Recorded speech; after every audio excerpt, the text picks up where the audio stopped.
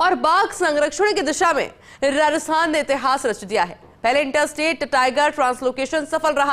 रात 11:30 बजे एयरपोर्ट से रवाना हुई थी पेंच से एयरलिफ्ट की गई बाघिन और 7 घंटे का सफर तय कर आज सुबह रामगढ़ विषधारी पहुंची है। सुबह 6:36 पर बाघिन को बजालिया एनक्लोजर में सफलतापूर्वक रिलीज भी कर दिया है।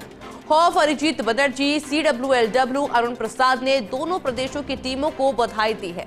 FD Sugnaram Jat, DCF Arun Kumar releasing के दौरान मौजूद रहे। राउंड द क्लॉक की जाएगी अब इस बाघिन की निगरानी, क्योंकि ये पहला इंटर स्टेट ट्रांसलोकेशन था जो कि पूरी तरीके से सफल रहा है।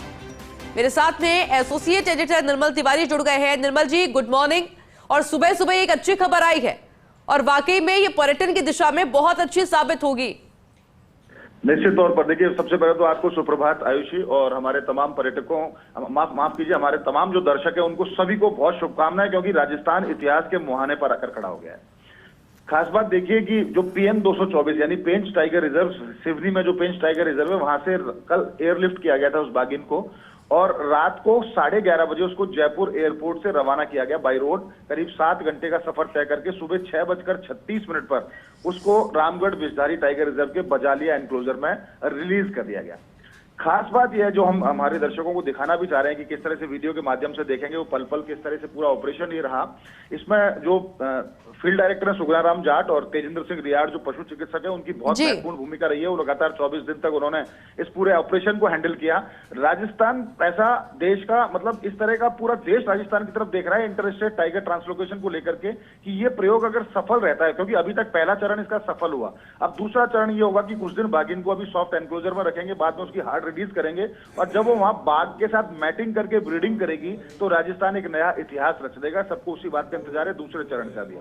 खास बात ये भी है इसमें, क्योंकि प्रयोग जरूर रामगढ़ विषधारी में हो रहा है, लेकिन इसको अपनाया भविष्य में रणथंभौर जाएगा, जिसको हम राजस्थान के बाघों की फैक्ट्री कहते हैं। रणथंभौर में इनब्रीडिंग की जो समस्या है बाघों में, उससे कैसे निजात मिले, वहां जीन पूल डेवलपमेंट किस तरह से हो, बाघों में जो जेनेटिक चेंजेस हैं उनको किस तरह से हैंडल किया जाए, स्ट्रेस मैनेजमेंट उनमें किस तरह से किया जाए, तमाम बातों का इसका ध्यान रहेगा। और राजस्थान में प्रयोग सफल रहा तो रणथंभौर ही नहीं, देश के जो दूसरे टाइगर रिजर्व है वो भी इसको अपनाएंगे, इस प्रक्रिया को, इस मॉडल को।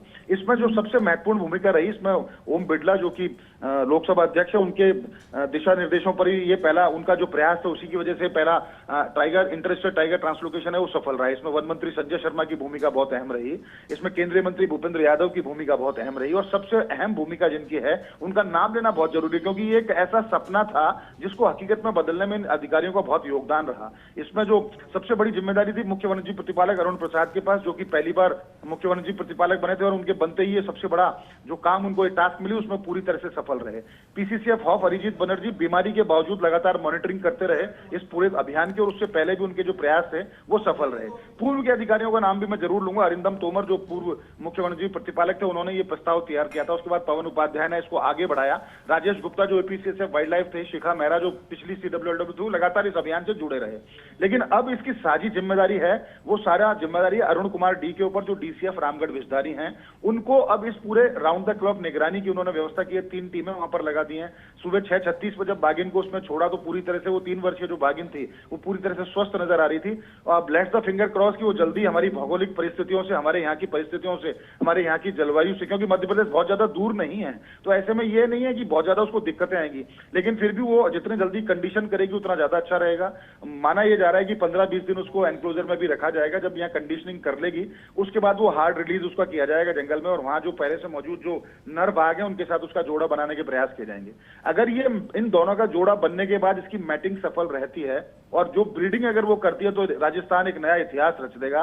निश्चित मानिए, उससे ये पता पड़ेगा, जो उसके ऊपर जो शोध किया जा रहा है, अध्ययन किया जा रहा है, उससे पता चलेगा कि इनब्रीडिंग की समस्या राजस्थान में क्यों है। और जब 2 अलग अलग जीन्स के जब बाघों के साथ मैटिंग होगी, मतलब एक यहाँ वहां की बाघिन मध्य प्रदेश की और राजस्थान का बाघ अगर मैटिंग करते हैं, उनसे नई जो संतति पैदा होगी उसमें किस तरह के गुण हैं, निश्चित तौर पर राजस्थान के जो बाघ है उनसे उसमें अलग उनमें जेनेटिक चेंजेस देखने को मिलेंगे। जीन पूल का डेवलपमेंट होगा, क्योंकि राजस्थान के अंदर जो अधिकांश जो बाघ हैं वो मछली के जीन पूल के हैं। मछली जो रणथंभौर की मशहूर बाघिन रही है, राजस्थान में आज 140 से ज्यादा बाघ है, तो यूं मानिए कि उसमें से करीब 110 तो सिर्फ मछली के खानदान से हैं।